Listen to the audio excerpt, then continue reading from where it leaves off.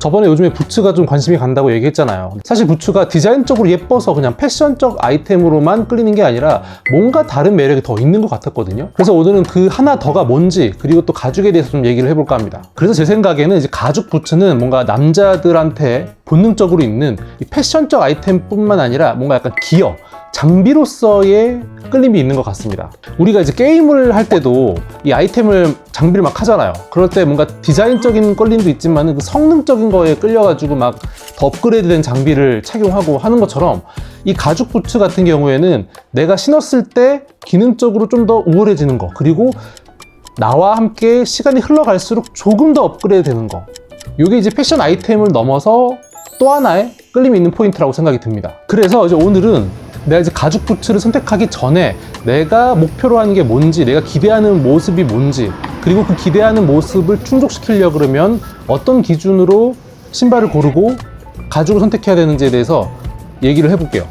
일단 전제 조건이 하나 있어요. 이 가죽이 길들어가는, 이 에이징 되는 그런 약간 남자들의 욕구를 채워주는 그 역할을 하려 그러면 일단 밑창가리가 돼야 됩니다.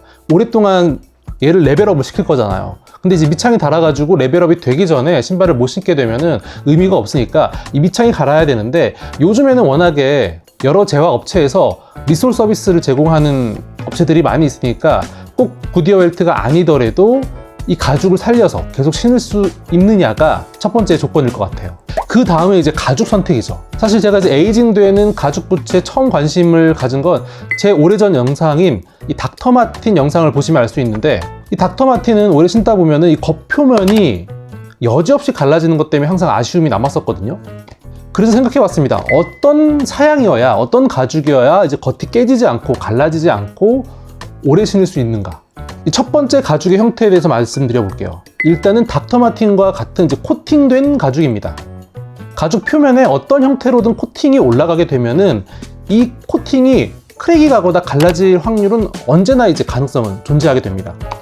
첫 번째 조건은 탑그레인 가죽 위에 코팅이 올라간 거. 살짝 용어에 대한 얘기를 하자 그러면 보편적으로 탑그레인이라고 얘기하는데, 조금 더 정확한 명칭으로는 이제 코렉티드 그레인이라고 얘기하는 게 맞는 것 같아요. 가죽은 이제 풀그레인을 제외하고는 이 동물이 살아온 흔적이 표면에 있다 보니까 대부분 갈아내는 작업을 하거든요. 근데 이제 표면을 갈아내게 되면 약한 속살이 나오기 때문에 충분한 코팅을 올리게 되는데, 그 코팅이 결국에는 오래 신다 보면은 갈라질 수 있는 여지를 남기게 되는 거죠.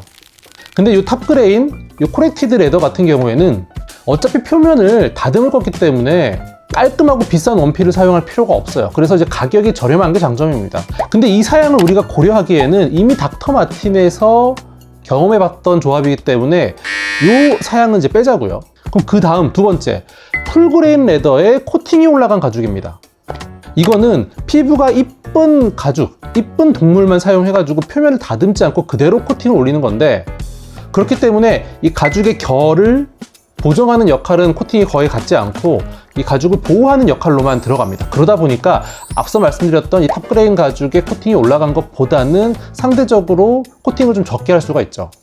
그래서 풀그레인 플러스 코팅의 조합은 보다 그래도 에이징을 기대할 수 있고 크랙이 나가고 갈라지는 거를 조금 덜 걱정하실 수가 있습니다. 근데 중요한 게 있어요. 일단은 어쨌든 풀그레인 가죽이더라도 코팅된 가죽은 그 처음 샀을 때, 처음 가공했을 때의 가죽 상태가 완성형이에요. 얘를 더 뭔가 업그레이드를 시키기보다는 처음 생산됐을 때가 제일 완벽한 상태이기 때문에 내가 오래 신으면서 무언가를 더 첨가하고 뭔가를 바르고 해서 업그레이드를 기대하기보다는 현재 상태를 오랫동안 유지하는 데 케어의 목적이 맞춰질 수밖에 없어요. 물론 뭐 주름이라든지 오래 신었던 흔적, 이런 것들이 시각적으로, 심미적으로 내 마음에 들어서 에이징 되는 거는 물론 있을 수 있습니다. 하지만 가죽이 갖고 있는 스펙, 사양, 뭐 이런 부분에 있어서는 원래의 모습을 최대한 보존하는 게 케어의 목적이 되겠죠. 그리고 위에 코팅이 조금이라도 되어 있으면 어쨌든 무언가의 용품으로 이 가죽에 침투되는 건 제한될 수밖에 없고, 그리고 유분이든 수분이든 억지로 침투를 시킨다고 한들 부정적인 결과를 낳을 가능성이 높아요. 오히려 코팅을 벗겨내는데 영향을 끼칠 수가 있죠. 그렇다고 이제 코팅 가죽이 나쁜 게 아닙니다. 가죽 위에 코팅이 들어가면 관리도 쉽고 방수성과 오염 저항성에도 도움이 되죠. 게다가 풀그레인이 아니라 탑그레인을 선택하게 되면 가격도 낮추는 데 도움이 됩니다. 이거는 뭐가 좋고 나쁨의 문제가 아니라 목적의 차이라고 보시면 될 것 같아요. 근데 지금 제가 얘기했던 목적은 닥터 마틴처럼 깨지지 않는 것을 목표로 했기 때문에 풀그레인 플러스 코팅 조합도 일단은 잠깐 뒤로 놓겠습니다. 하지만 이 코팅된 가죽 자체가 목적이 되는 경우도 물론 있을 수가 있어요. 어떤 경우냐, 우리가 차심 가죽이라고 하죠. T코어 레더의 코팅을 벗겨내는 맛으로 에이징 시키는 신발들, 갈색깔이 드러나게끔, 그런 경우에는 일부러가 아니라 코팅 가죽인 게 의미가 있겠죠. 그럼 이제 코팅을 안 한 가죽을 좀 볼게요. 일단 표면을 갈아낸 탑그레인 같은 경우에는 코팅을 안 하고 쓸 수는 없습니다. 물론 안 하고 쓰는 경우는 이제 스웨이드 형태를 갖거나 누벅 형태를 갖는 경우에는 갈아낸 상태를 그대로 유지해서 쓰는 경우도 있긴 하지만, 오늘 우리가 얘기할 거는 가죽이 길들여지고 광이 나는 에이징 방향하고는 목적이 좀 다르죠. 그래서 우리의 목적에는 일단 풀그레인으로 선택지를 좀 좁혀야 돼요. 제가 이 코팅을 안 한 풀그레인 가죽의 매력을 처음 본 게 이 레드윙의 아이언 레인저였는데, 레드윙 매장에서 에이징된 아이언 레인저의 모델을 봤을 때 이게 만졌을 때 뭔가 이게 새 제품과는 다르게 촉촉하고 유연하고 기름과 수분을 잔뜩 먹어가지고 뭔가 쫀쫀한 그 질감이 굉장히 매력적으로 다가오더라고요. 뭔가 이제 게임을 치면 강화 성공한 듯한. 그래서 이제 레드윙에 나오는 오일텐드 마감된 가죽 라인이나, 아니면 제가 지난번에 소개해드렸던 이 찰스 F 스테드의 뭐 쿠드 가죽, 아니면 유명한 호인사의 크로박셀 가죽이 요 가죽에 해당한다고 보실 수 있을 것 같아요. 이런 이제 코팅이 안 된 오일 마감된 가죽의 단점은 아무래도 코팅층이 없다 보니까 광택이랑 오염에는 좀 약할 수 있는 게 단점입니다. 무조건 풀그레인에 코팅 안 한 가죽이 또 좋은 것도 아닙니다. 하지만 대신 내가 그거를 관리를 잘하면, 오염 관리도 잘하고 광택 관리도 잘하면은 에이징 되는 맛은 훨씬 더 많이 있겠죠. 그럼 이 광택과 오염을 어떻게 관리를 하냐, 요거는 이제 슈케어 용품으로 해결을 어느 정도 할 수 있습니다. 그 중에서도 오일만 들어가 있는 게 아니라 왁스 성분이 들어가 있는 슈케어 용품을 사용하면 이 왁스가 표면 위에 남아서 어느 정도 코팅의 역할을 대체할 수가 있어요. 단 주의할 게, 너무 왁스가 과할 경우 우리가 애초에 코팅 가죽을 제외한 목적을 잃어버릴 수가 있어요. 왜냐면 코팅 안 한 가죽이 점점 코팅한 가죽처럼 변해가니까. 그래서 내가 원하는 결과물을 내려면 정말 그 정도를 잘 조절하는 게 필요할 것 같아요. 코팅하는 풀그레인 가죽은 다 똑같냐? 또 거기서 또 차이가 있습니다.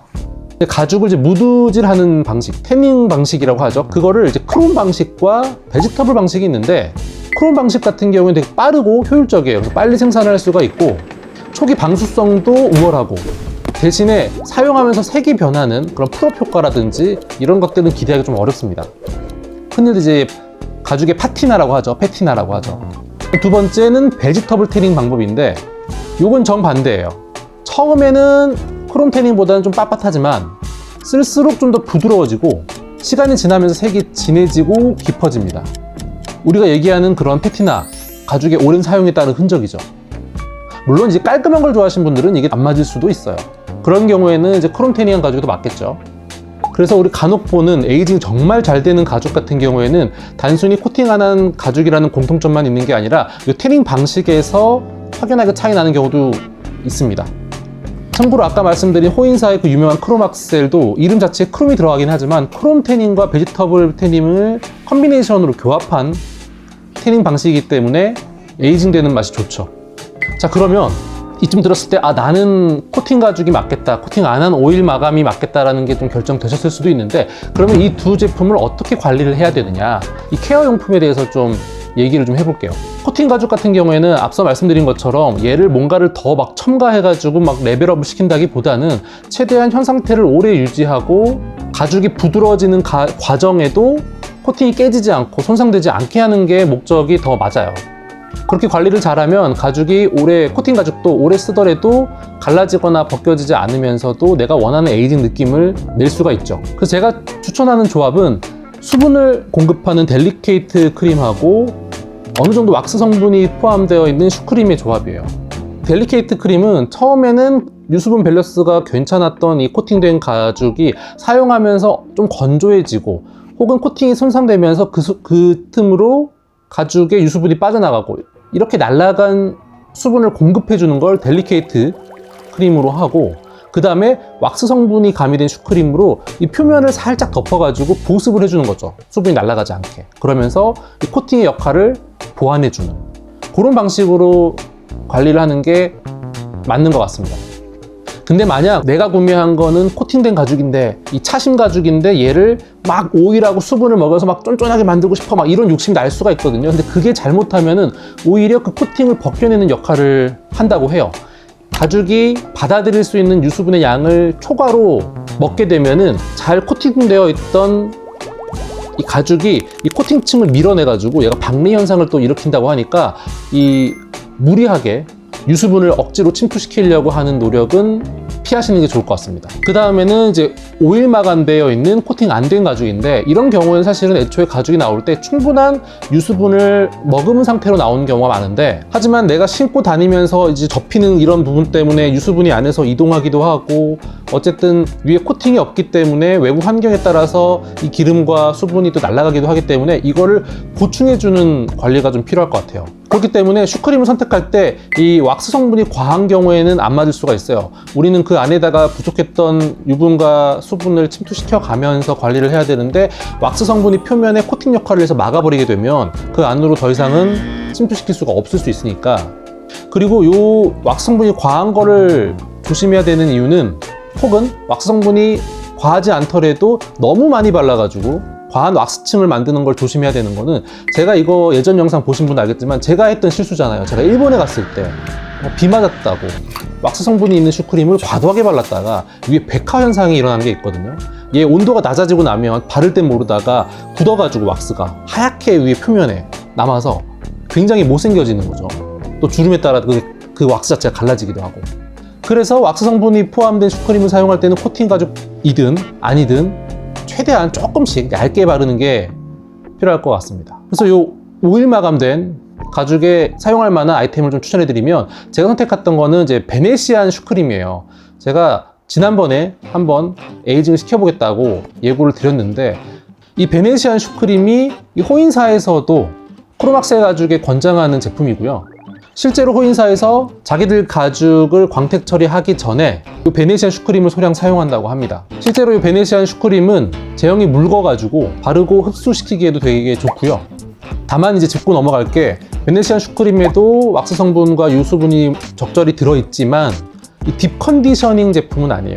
내가 관리를 전혀 안 하고 신어가지고 완전히 얘가 건조해지고 마르고 딱딱해지고 문제가 된 상품에 사용하다기보다는 주기적으로 관리를 잘 하시는 분들이 종종 쓰시기에 좋은 아이템이고, 만약에 이 오일 마감된 가죽을 오랫동안 관리가 안 해가지고 뻣뻣해지고 데미지가 많아졌다 했을 때는 베네시안 슈크림보다는 조금 더 딥케어를 할 수 있는 제품을 선택하는 게 좋을 것 같습니다. 그래서 그럴 때는 내가 오랫동안 방치해서 굉장히 건조해진 오일 마감 가죽에 사용하는 건 뭐냐?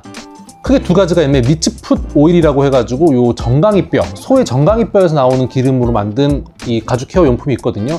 요게 특징이 이 가죽 침투력이 굉장히 좋아가지고 건조해진 가죽에 깊이 침투해서 부드럽게 만드는 데 용이하고 색깔에도 별로 영향을 안 미친다고 합니다. 그리고 이제 뭐 커뮤니티 같은 데 보면은 그래도 비싼 밍크 오일이 최고지 하는 경우가 있는데, 밍크 오일도 이렇게 많이 건조해진 가죽의 딥 컨디셔닝 용으로 사용하기 적합하다고는 하지만 조금 헤비할 수도 있다고 합니다. 이 리츠풋 오일보다는 흡수되는 속도가 느려가지고 만약에 깊게 침투시킬 목적이면 리츠풋 오일이 조금 더 적합할 수 있고, 어쨌든 밍크 오일도 느릴 뿐이지 결국에는 안쪽까지 도달해서 다 침투를 하기는 하지만 리츠풋 오일에 비해서 표면에 좀 막을 형성해서 방수성을 좀 올린다든지 그런 쪽의 목적에 사용하는 게 더 맞다고 해요. 대신에 그만큼 이제 조심해야 되는 게 있는데, 이 밍크 오일 같은 경우에 과하게 바를 경우에는 모공을 막거나 가죽의 통기성을 떨어뜨리고 가죽 내에 있는 유수분 밸런스가 너무 한쪽으로 치중돼가지고 오히려 조금 더 단단해지거나 뭐 그런 경우도 있다고 하니까 뭐든 적당히 쓰는 게 좋겠죠. 그래서 정리하자면은 이런 순서예요. 내가 평소에 재밌게 관리를 잘하고 쓸 거야 하는 경우에는 베네시안 슈크림만으로 충분하실 수 있고, 어쩌다 한번 아니면 이미 방치된 제품이 있어 그런 경우에는 리츠풋 오일, 그리고 나는 한번 딱 관리해 놓고 색이 좀 어두워져도 상관없어 대신에 방수성이 좋았으면 좋겠어 하는 경우에는 밍크 오일을 선택하시면 좋을 것 같습니다. 이제 여기까지 들었으면은 내가 원하는 신발이 뭔지, 그 내가 원하는 모습을 가지려면은 어떤 가죽 사양을 선택해야 되는지 조금 생각이 좁혀졌을 거라고 생각해요. 물론 둘 다 있는 게 제일 베스트입니다. 코팅된 가죽 버전도 하나 있고 오일 마감된 가죽도 하나 있고. 근데 저의 경우 같은 경우에는 애초에 처음에 이제 가죽 부츠에 관심을 갖고 좀 아쉬움을 느꼈던 거는 이 닥터마틴 가죽이 자꾸만 깨지니까 이 발가락 윗부분 있잖아요. 맨날 깨진대. 거기에 깨져서 이거 안 깨지는 가죽 부츠 있으면 좋겠다가 처음이었는데 단순히 디자인만 봤을 때는 제 취향에는 이 백맨 제품이 마음에 들었거든요. 레드윙 같은 경우에는.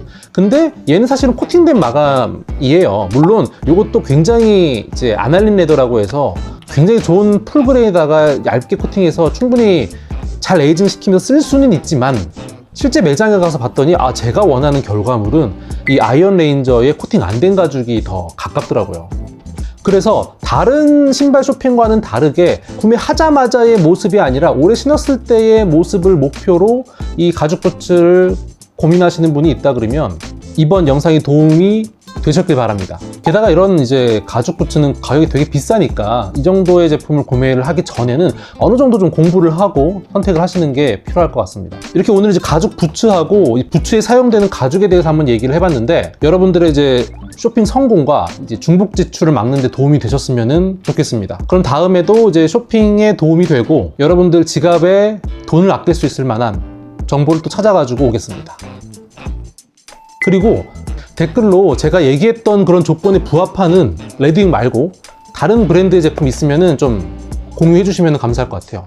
물론 웬만하면 비싸지 않은 거. 비싼 부츠 중에 당연히 많거든요. 그럼 풀그레인에 오일 마감에 밑창 교체가 되고 이런 비싼 거 많으니까 그런 거 말고 아시는 브랜드 제품이 있으면 댓글로 좀 공유해 주시면 너무 감사할 것 같고 아니면 그것도 좋아요. 답 없다. 무조건 비싼 거 사야 된다. 그런 거는 세상에 존재하지 않는다. 이런 댓글도 남겨주셔도 좋습니다.